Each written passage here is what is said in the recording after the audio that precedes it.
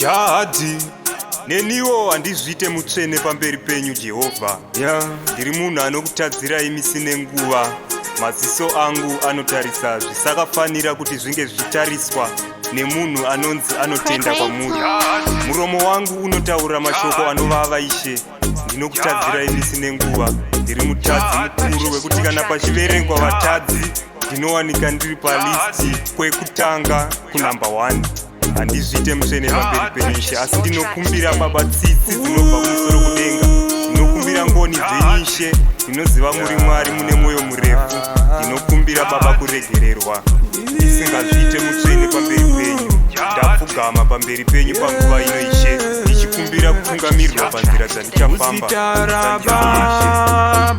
Tendai zvese nere Mwanakomana, muzita raBaba, zvese nere Mwanakomana. Mwari wedenga nditungamire, Mwari wedenga nditungamire, Mwari wedenga nditungamire, Mwari wedenga nditungamire. Purchase your tracks today. Jahadzi, Jahadzi, Jahadzi, Jahadzi, Jahadzi, Jahadzi, Purchase your tracks today.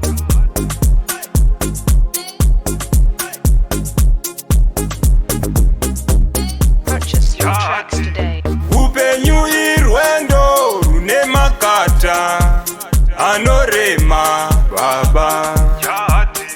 Upenyu irwendo rune makata anorema Baba.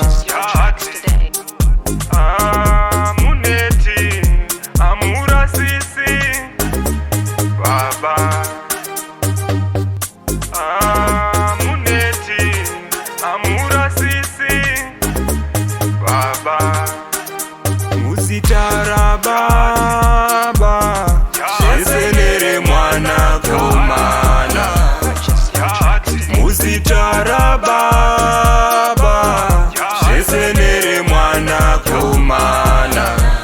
Mwari wedenga nditungamire, Mwari wedenga nditungamire, Mwari wedenga nditungamire, Mwari wedenga nditungamire.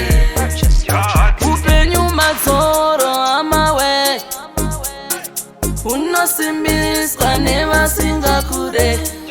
Upenyu mazoro amawe, unosimbiswa nevasingakure. Chakati pashungu kudadirwa kava, asi nhasi ndakunda. Chakati pashungu kudadirwa kava, asi nhasi